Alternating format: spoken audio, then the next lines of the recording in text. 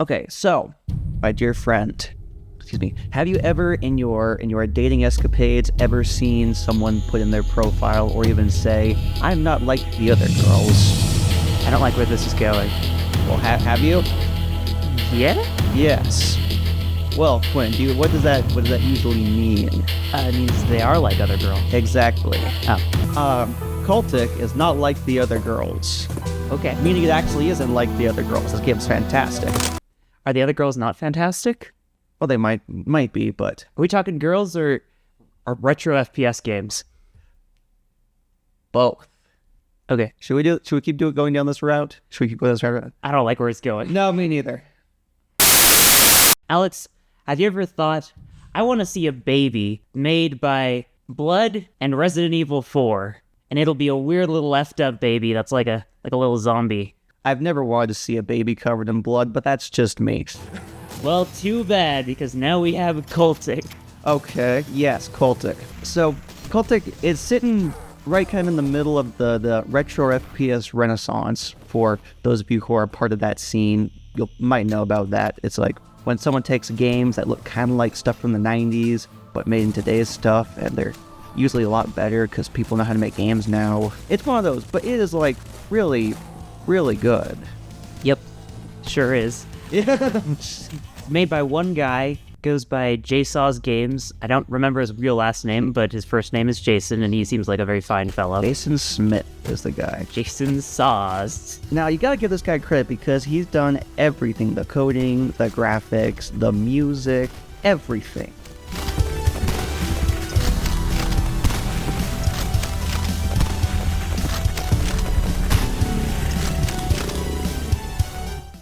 And despite all this, it's all fantastic. Oh, it's incredible. And we are definitely going to be, well, I am definitely going to be simping over this game hardcore, so I apologize in advance. But it's one of the most enjoyable, or enjoyable games I think I've ever played. It's just fun.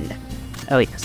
So for this second playthrough, I decided to play it on hard instead of harder, because I didn't want to be grinding my way through, and I honestly couldn't remember what I played on the last time. And let me tell you, it is a blast. Oh, yeah. I personally like to play on very hard. I think my last 3 or 4 playthroughs have been on very hard, and it's a really nice little challenge. So tell me a little bit about the game. Well, essentially, you're John Cultic, a detective who's looking for a lady who happens to have been kidnapped by a cult, allegedly. Lady I think Cultic. Lady Cultic, Miss Cultic, I presume.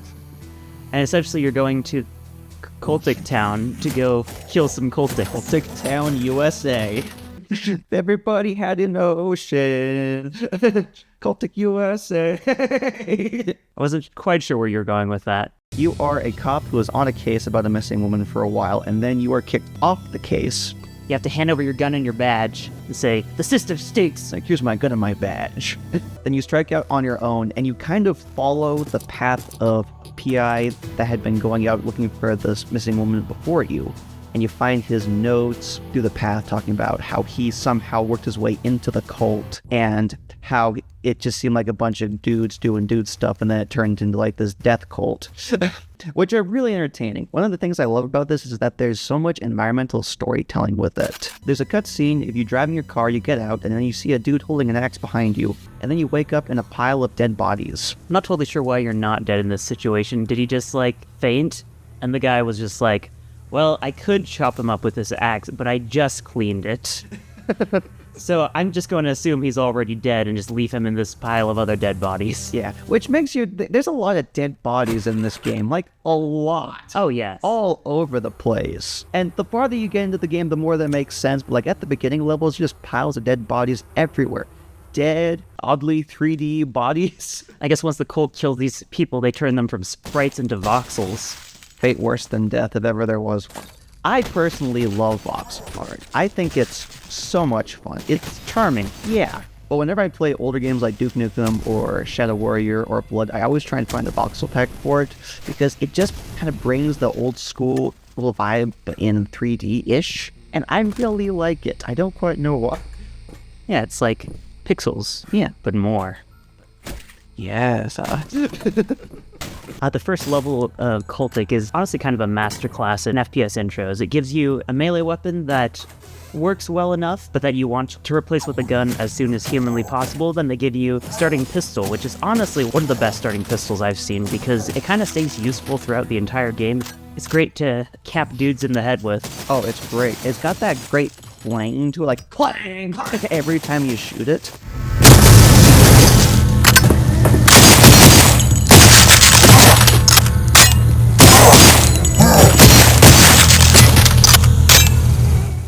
I don't know why, but I kind of have a soft spot for games using Mauser pistols. Just is different. It's Stylish. stylish. Maybe even just a bit goofy. Okay. Oh yeah, that's the power of German engineering. So you go out and start capping fools in the head. In the first level you experience most of the different types of regular cultists you'll meet. You find your basic axe-wielding mooks, your pistol-wielding mooks, various other kinds of mooks, including guys carrying shotguns, guys carrying submachine guns, even the rarely seen guy carrying a grenade launcher. Hey, fun fact, the guy carrying the shotgun also chucks dynamite at you. It's great. And he's very easy to spot because he wears these bright red robes. Oh yeah, So you know exactly to shoot first. It's so considerate. that guy specifically is very blood-inspired. Yes. And I guess we should probably talk about the elephant in the room a little bit. Maybe more like the blood-soaked. The blood-soaked goat in the room. Yes, this game is heavily inspired by both Blood and Resident Evil 4. If you're looking for the Resident Evil 4 influences, look no further than Big Guy with a Chainsaw Who Kills You Real Fast, Mauser Pistol, and Awesome Coat, worn by the main protagonist. The amount of dynamite you can toss around is kind of ridiculous. It's great. Oh yes, yeah, the dynamite in this game is very well done, similarly to how Blood's dynamite was incredibly good. Though I noticed that tonally, it's much less wacky than both Blood and Resident Evil 4. Oh yeah, not nearly as tongue-in-cheek. It takes itself pretty seriously. Which I think works for the whole horror atmosphere that they're going for. It's definitely more unnerving than Blood was. Oh yeah, Blood pretends to be scary. It's really not. It's a power fantasy about a crazy undead guy blowing things up with dynamite. Well, it's not a survival game because you're about as Overpowered as you can get. you're about as overpowered as the frickin' Doom guy. Yeah. That kind of changes during the interlude chapter when the tone becomes a little bit more survival horror. Yeah. That's an episode for another day though, because I need to replay the interlude and I don't want to. So there's a lot you can do in this game. The guy really went out of his way to make all the combat mechanics really fun. For example, my personal favorite is that there's gas lanterns floating all over the place. You can pick them up and chuck them as a makeshift Molotov cocktail and light up everything, which is great. And then you've got the dynamite, which you can throw it and then shoot it, or you can light it, then throw it, and it'll blow up stuff.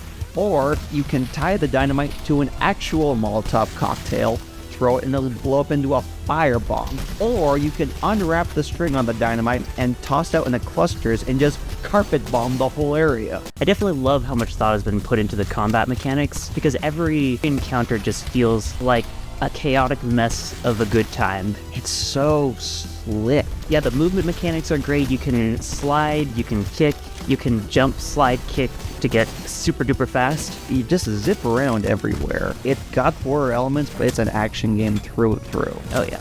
And so every individual encounter with the cultists is just a bloodbath. Hopefully for them and not as much for you. It kind of depends, because on the harder skills, they can take you out real fast. You become very much a glass cannon. But it's not all just running and gunning. There's a decent amount of tactics to it. The way the levels are made, you can approach them pretty much however you want. You can go running and gunning and get by. You can hang back, pop things with the lever action rifle, which is ridiculous. Screw it, Cultic is an imsim. It gives you this huge amount of player freedom to approach any of the combat ways however you want. And you can change that on the fly. You're not locked in one play style, because if you're almost dead, you've got the F242 to pop heads from a distance, or you can just use the machine gun and gun things down, or you can chuck dynamite around corners. Whatever you want, it's great. And the levels are made in such a way that you can get away with pretty much any play style you want and still survive. True, yeah. thrive even. Oh, yes. One thing that I wanted to mention is something that's very different from Blood is that Cultic allows for a lot of ranged combat options, specifically with the lever-action rifle and the FG-42, which is basically just an upgraded lever-action rifle, both of which might be my favorite weapons of the game, because capping boys from 700 yards away is such an incredible feeling if you can get the headshot right. The weapons are just so useful, powerful, and satisfying. And I've yet to play a game with an FG-42 that I didn't love. They managed to nail that one a lot, don't they? Oh, yeah. Yeah, you wanted to bring up the rifle because it's ridiculous. It totally breaks the game. Because you really don't even need the FG-42 because, well, I'm playing on a 1440 monitor, right? I can see all the pixels in the world. Goodness knows how it looks on 4K, but you can line up your rifle crosshair anywhere you want and pull that trigger and hit whatever you want as far away as it is. Oh, yeah. It's nuts. And you know you did because almost every time you get one of those sweet, sweet headshots, it goes into slow motion for just a minute so you can savor the absolute brutality that you've just caused. Oh, yeah. And in the options, they give you the option to turn off the slow-mo, which I don't know why anyone would, but in the options they call it jib time. Jib time. Beautiful. It's always jib time. Oh. It's jib o'clock.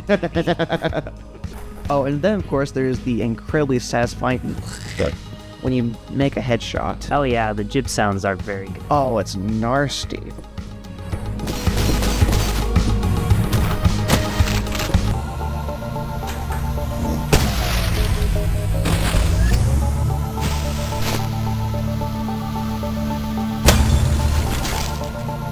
It's a bloody, gory good time, but it's not particularly graphic because it's all 2D sprites. Oh, yeah, and it's all pixel art, so you can't really make out any details anyway. And they're literally cultists murdering people to bring back an eldritch god, so you don't really have to feel too bad about it. Oh, yeah, and they dropped you in a pile of bodies. You talk about rude. That's gross. That's unsanitary. Very unsanitary. Who knows where those have been? As far as the supernatural elements, it kind of makes more sense as the story goes along, as the cultists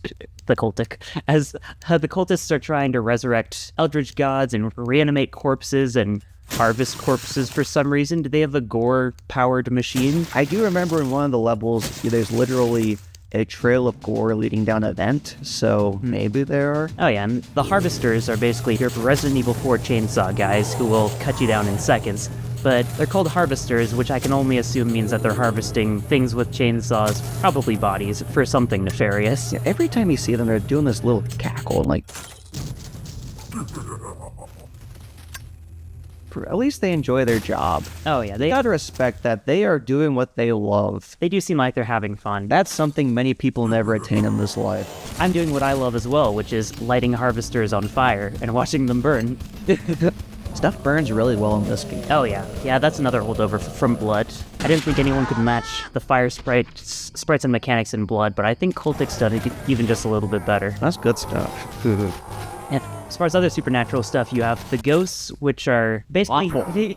They're terrible. in my opinion, the scariest enemy in the game because they start lifting physics objects and chucking them at you. They're covered in a big sheet like they're cosplaying as a Charlie Brown ghost. And they're not that hard to kill, but they're very unnerving when they show up, and they kind of make you panic and focus 100% on them. When I first played it, they were terrifying. Now, like, I walked into a room and stuff started moving around. Like, what is going on here? And then I start dying for some reason. Like, what is going on here? And now I just see stuff move like, They're the main enemy that you fight in the asylum, which it is my least favorite level, not because it's a bad level. It's an incredible level. It just stresses me the heck out. You get very stressed out by these pseudo-horror games, don't you? That's why I don't play real horror games. I remember when you were playing Dusk and you got to the part where you're fighting, well,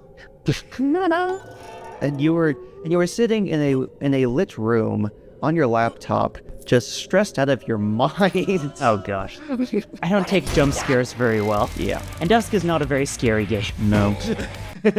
I guess we should go over a couple of the standout levels. There's a few I want to hit on, because every level is very, very good and mostly takes place in warehouse-looking areas or caves and mines or forests. There aren't any duds, that's for sure. No duds, definitely. But there are definitely some standouts. I have a personal favorite moment in the mine town level, because at one point you're fighting through cultists and you get up to this hill and you see a mine cart just sitting there.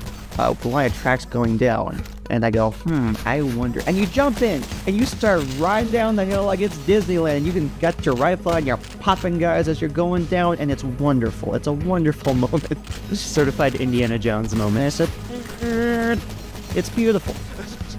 Two levels that I like for similar reasons. The Asylum grounds and the Quarry. They're these big open arenas just populated by cultists doing their own little cultist jobs, just hanging out. How they're laid out in a way that not everyone's going to be alerted when you kill one batch of them, so you kind of have to figure out what route you want to take in order to take out all of them. And the levels are just so open and interesting in their own ways, populated by different enemies. You're just running, gunning, ducking around corners, capping guys from 700 yards again. They're such a blast. They're very much power trip levels. Oh yeah, I remember the Asylum Grounds one. Is that the one with the snipers? Yes, it's the first one with the snipers, which the first time I played that, it kind of blew my mind because it was so much fun sniper dueling them. The snipers are nice because you hear this very distinct sound of them loading up another bullet to shoot at you. And you take cover, obviously, unless you want to get perforated real quickly.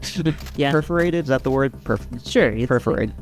Like plugged full of holes. Yeah. The snipers give you that sound cue right before they fire, which isn't how bolt-action rifles work, but I appreciate it so much. It's just fantastic sound design, and having them shoot that can in the first little bit to let you know that they're there and how they work is some masterful level design. But then it gets better because you can either choose to walk up these wooden paths along the mountain and take them out close range, or get your sniper out and just counter sniper them wherever you're at. Risk and reward either way, but do whatever you want. Power trip them, make them cease to exist with the old double barrel, or sniper, and that's just a neat design. That's also the level where they introduced the flamethrower cultist. Josh. And the flamethrower cultist is hard to deal with because they're spewing flames at you from long distances. But once you get the flamethrower from them, it's basically the game's BFG. It messes up everything. The flamethrower guys, they can take a hit. Like, you can chuck dynamite all day, and you'll come eventually, but it takes way too long.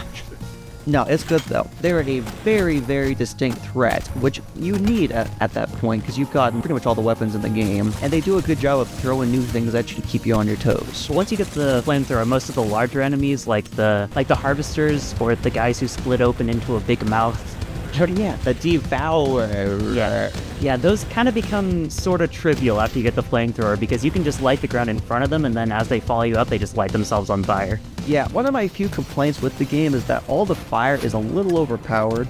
Although I did notice in my last playthrough that it took more hits with fiery weapons before things lit up, so maybe that's been patched out. I didn't feel like the flamethrower was as overpowered, but I also saved my napalm because I got scared of what was coming. I've played the game enough that I kind of know like when it's worth it to use the flamethrower, and they give you a decent amount of flamethrower ammo throughout the levels, so just spew away. Embrace your inner war criminals. I feel like I should bring up the chapel fight while we're here. Is that the one with the Skelly boys? That's the one with the tank. Oh, the tank? Ah, yes. So this one, it throws a wrench into the whole thing in a good way. Oh yeah. Because you grab all the weapons, and it auto-saves for you, and then you don't get any quick saves during the fight. It's a one and done, and it just sends wave after wave of cults at you, and you're trapped in this big old chapel with a courtyard around it with hedges and plants and other fountains and other features and whatnot, and you're getting swarmed by cultists all over the place, and they get tougher and tougher over time. It does not let up. Oh yeah, it's a brutal. Oh, it's great! That one usually takes me at least 2 to 4 attempts because it's very difficult not being able to save scum because I'm definitely a save scummer in these games. Yeah. But it feels so satisfying to get done. And then, after you've been fighting this out for a while, the tank drives in and starts shooting machine gun rounds and anti-tank shells at you. And I looked this up. The thing in the game is called a T-26E4. And now I thought that sounds like it could have been an actual tank. I looked it up. It's a freaking Super Pershing. Oh gosh. Short history lesson. T-26 Pershing was a heavy tank introduced by the Americans at the end of World War II to counter the Tiger. It didn't get a lot of usage, but then Germany started putting out their Tiger IIs, the King Tigers, which was the biggest, baddest thing ever seen on the battlefield at that point. So the U.S. said, well, we need a bigger gun on this thing. So they got the biggest gun they could possibly find and stuck it on a Sherman and up-armed it a little bit and created the Super Pershing, which was deployed twice, saw combat once, and killed one tank, but it had a freaking ridiculous gun on it. And that somehow these guys got a hold of. Maybe I have friends in the government. Maybe they bought a senator or something. Probably they bought a senator, and then senator bought a tank. Which I've heard is easier than you think. I've never had enough to buy a senator. Well, yeah, and You? Well, no, I'm poor. Yeah. I mean, you're making YouTube videos about an obscure game. Not for money. Hopefully this will be good editing practice. Maybe we'll even get a like. I'll give it a like. Oh, thanks. Let's talk about the finale, because it's a killer finale. Oh yeah, it's good set piece. Throughout the game, you're fighting, obviously, cultists, and then you start getting to the supernatural stuff like dead cultists who have been reanimated by something called the Will, which is a supernatural force that they've been trying to figure out this whole game. You see notes about it. It's like, the Will isn't working. I work with a guy named Will. Yeah. Is he supernatural? As far as I know, he hasn't brought anything back from the dead, but he is a ginger, so anything's possible. Who knows? Then you find these mutant abominations, like this thing that it's a torso that splits open like a mouth. Remember when we watched The Thing? I do remember. Was that The Thing? Basically. I'm sure it was in there, something along those lines. And then you finally come up against cultists with red eyes. It's very spooky. And I think they're tougher than regular cultists, but apparently they're imbued with the Will or something. Dang it, Will. Dang it, Will. Oh, then you got the corpses, who are just zombies who jump at you. And there's a nice little Walking Dead reference with the don't dead open inside doors full of the corpse zombies. And so you're like, okay, something creepy and supernatural's going on. This is much more than just the murder of some woman who I've been looking for. It's the murders of lots of women, and also men. Yeah, lots of people. You gotta... Not only the men, but the women and children, too. I hate Sam. You gotta give it to the cult. They do not discriminate. That is something that is to be admired in this day and age, where we're all torn apart by ideology and creed. They kill everyone. Kill everybody. Anyways, you get through another huge fight, and you finally open the door and walk into a dark room, and you see a guy, and of course you're pulling out your gun, and you're probably saying, "What the heck is going on, guy? I'm gonna frickin' cap you if you don't tell me exactly what's going on." And he goes, because there's no dialogue in this game. And then he says, "It is done." oh, right. Kind of sounds like Dumbledore-ish, something he would say. It is done. It is done. Harry, did you put your hand in the goblet of fire? Your hand? Yeah, because then a big hand comes out, grabs out. Yes. Anyways, he gets grabbed by this big voxel meat hand and pulled into the darkness, and then the mists part, and you see this monstrosity coming out of the wall. Big spooky skeleton. Spooky skeleton, and he's got a rib cage with a heart and kind of a face, but like an arm over the top of him. So I think he has too many arms. Too many arms. There's that. Or not enough. Maybe both. Yeah. Anyways, whatever it is terrifying. It's not a jump scare, but it really caught me off guard, like, oh, they went there, didn't they? It's a great set. Oh, it's fantastic. It's just grotesque. I don't love it as a boss fight, because I feel like as soon as I'm getting the hang of fighting the guy himself, I start getting ganked by his goons, who are in hard-to-reach places. It kind of falls into the classic boss fight blunder of all his boys being worse than the actual boss. Yeah, it's definitely not the worst boss fight I've done, but the set piece is very good. Oh, it's great. So the way to kill him is you pop caps into his big face until he gets tired, I guess, or gets a headache. And then he opens up his rib cage, revealing his beating heart or something, his organs. I too open up my rib cage when I get a headache. Does it help? No. Well, it didn't help him either, because after that I walk up and just flamethrower his still beating heart and pancreas and whatever else is going on there. And then he closes up, because... Do you know where the pancreas is? Now that you mention it, no. I don't think it's by the heart. Whatever. I don't think regular biology applies to this guy. That's fair. He does have too many or not enough arms. So you do that a couple of times, and eventually you pop enough lead and napalm into him that it finally dies, which you break his little heart.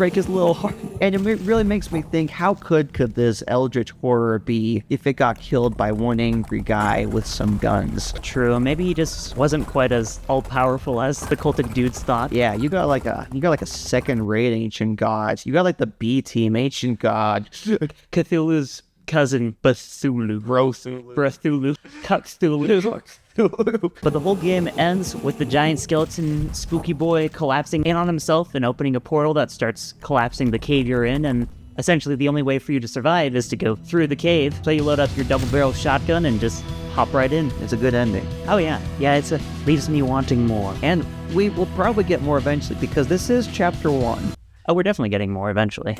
Yeah, and the guy said that he's working on chapter 2 right now. It's going to take a while. But really, this is a good amount of game for just being a chapter 1. True. It takes me about 4 to 7 hours per playthrough. Yeah, that's a good solid gameplay length. Depending on how meticulous I'm being, but it's extremely replayable. I always find a lot of fun going through it again. It's just fun. There's no part of it that is annoying or tedious. The gunplay is always fun and always satisfying, and it's just a heck of a product. Dare I say, heck of a piece of art. Yeah, Mr. Jason Saw's Games, you should be very proud of this product. Yeah. It is an incredible piece of work, and I'm glad that your project didn't get killed when 3D Realms was going through some Embracer troubles / still is probably. May old 3D Realms rest in peace. So I guess we should ask, would you recommend this to a man of the modern age, or woman, I suppose, because women can play video games too? I would, but it would definitely take some getting used to if you're used to like modern shooters. It's no Call of Duty, in a good way. Yeah, I think it's enjoyable enough that even if you're not really into those retro shooters, if you can get past the pixely art style, then it's a grand old time. I guess it depends on what you care about as a player. If you care about hyper-modern graphics and stuff, then this game probably isn't for you. If you care about lovingly done pixelized art style and adorable little voxel dudes and having an absolute blast, then this game is absolutely for you. I play this for the vibe. I play it for the voxels. Anyways, thanks for watching this. Cultic will be linked below. If you'd like to see us talk about the interlude level, which I thought was amazing, and you didn't like it quite as much, let us know. I'm not going to ask you to like and subscribe, so use your free will to do what you deem is best. Thanks for watching. Bye. Bye-bye. As a makeshift Molotov cockshell. Le Molotov cocktail. Yeah, see. I'm going to have to put a content warning so my mother doesn't get after me about this game. Maybe just put the content warning specifically for her. Yes. No one else cares.